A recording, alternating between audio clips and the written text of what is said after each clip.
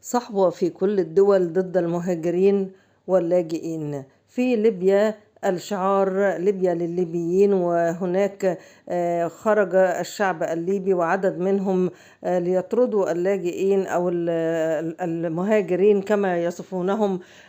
ومن الغريب أن هؤلاء المهاجرين منهم من كان يطرد المهاجرين الأفارقة ليحل مكانهم السوريين والفلسطينيين الذين استولوا على شوارع في مصراتة، واستولوا على أماكن للبيع في هذا البلد، وطردوا المهاجرين من الأفارقة وأيضا من الليبيين.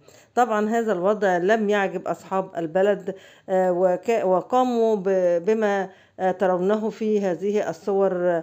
طبعا لا أحد يهتم بأن يكون هناك تخريب أو ما إلى ذلك، ولكن فاض بهم الكيل حينما وجدوا أن مهاجرين يطردون مهاجرين يحلوا مكانهم، فأصبح هناك ليس هناك ما يدعوهم إلى احترام هؤلاء، لأنهم لا يحترمون البلد الذين يقيمون فيها ويدخلونها بطرق غالبا غير شرعية. هذا المنظر طبعا مرفوض في كل دول العالم، ونجد أن الدول الأوروبية والدول العربية الكل يحافظ على بلده ليطرد من يقومون أو يحاولون التوطن في بلاد الآخرين.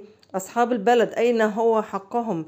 أين من حق كل صاحب بلد أن يكون له معيشته وأن يكون له حقوقه دون أن يضغط عليه أحد بهذه الصورة، بل تصل أن يكون هناك تطاول على أصحاب البلد. وهذا ربما ما نستشعر به هنا في مصر، حينما نجد أن من نأويهم من السوريين يقومون بمظاهرات في بلدهم يسبون فيها الشعب المصري ورئيسهم.